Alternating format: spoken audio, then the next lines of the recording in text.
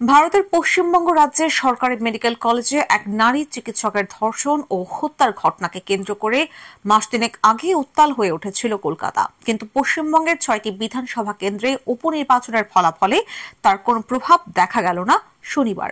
যদিও এই নির্বাচনে কোনোটি কলকাতায় হয়নি, হয়েছে পশ্চিমবঙ্গের বিভিন্ন জেলায়। উত্তরবঙ্গ ও দক্ষিণবঙ্গ মিলিয়ে মোট ৬ আসনের উপনির্বাচনে ৩টিতে শনিবার দুপুর ১২টায় মমতা বন্দ্যোপাধ্যায়ের তৃণমূল কংগ্রেস দলকে জয়ী ঘোষণা করা হয়েছে।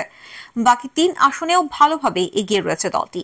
যে ৩ আসনে তারা ইতিমধ্যেই জয়ী হয়েছে সেগুলো হল উত্তরবঙ্গের সিতাই ও মাদারিহাট, দক্ষিণবঙ্গে তারা জিতেছে নৈহাটিতে, আর এগিয়ে রয়েছে দক্ষিণবঙ্গের হারোয়া, মেদিনীপুর ও তালড্যাংরা আসনে। ফলাফলের গতিবিধি দেখে ধরে নেওয়া যেতে পারে সবকটিতেই শেষ পর্যন্ত জিততে চলেছে পশ্চিমবঙ্গের ক্ষমতাসীন দল। ২০২১ সালের বিধানসভা নির্বাচনে এই ৬ আসনের মধ্যে ৫টিতে জিতেছিল তৃণমূল, হেরেছিল উত্তরবঙ্গের আলিপুরদুয়ার জেলার মাদারিহাটে। ২০২১ সালের ওই আসনে জিতেছিলেন বিজেপির জ্যেষ্ঠ নেতা মনোজ টিগ্গা। তিনি ২০২৪ সালের জুনে লোকসভা নির্বাচনে আলিপুরদুয়ার থেকে জিতে লোকসভায় চলে গেলে ওই আসনে উপনির্বাচন হয়েছিল। এবার সেই উপনির্বাচনে ইতিমধ্যেই জিতে গেছে তৃণমূল কংগ্রেস। টিগ্গা অবশ্য বলেছেন, ভোটারদের উপর পুলিশ চাপ দিয়ে তৃণমূল জিতিয়েছে, তবে ওই হার থেকে শিক্ষা নেওয়ার প্রয়োজন আছে বলেও মন্তব্য করেছেন তিনি। মা সোনিয়া ও বড় ভাই রাহুলের মতো এবার সংসদ সদস্য হতে চলেছেন প্রিয়াঙ্কা গান্ধীও।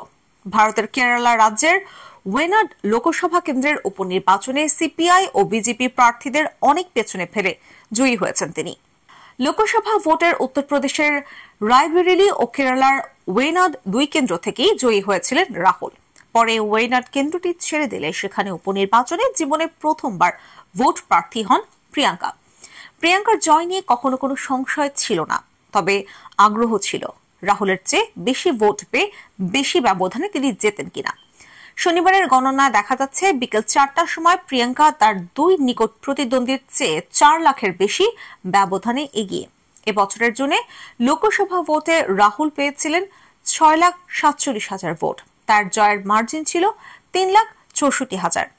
বিকেল ৪টা পর্যন্ত প্রিয়াঙ্কা পেয়েছেন ৬,১৮,০০০ ভোট। যদিও নিকটতম প্রতিদ্বন্দ্বী সিপিআইয়ের সত্যেন মুখির চেয়ে তিনি এগিয়ে গেছেন ৪ লাখের বেশি ভোটে। জয় নিশ্চিত হওয়ার পর এক্স মারফত প্রিয়াঙ্কা বলেন, এই জয়ে আমি অভিভূত। সংসদে আপনাদের আওয়াজ আমি পৌঁছে দেব।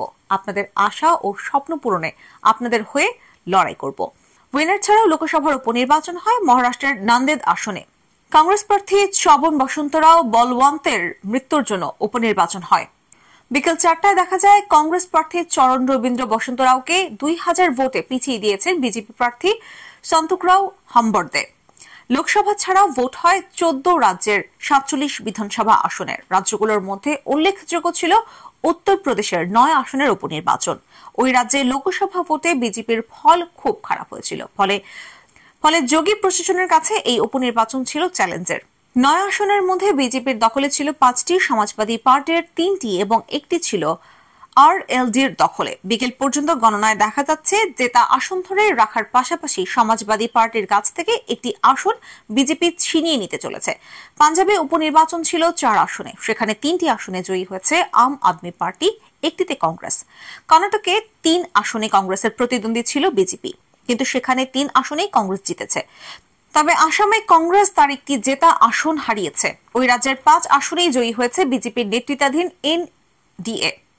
বিহারের ৪ আসনও গেছে এনডিএর দখলে। যদিও বিজেপি শাসিত রাজস্থান ও মধ্যপ্রদেশে কংগ্রেস একটি করে আসন জিতেছে।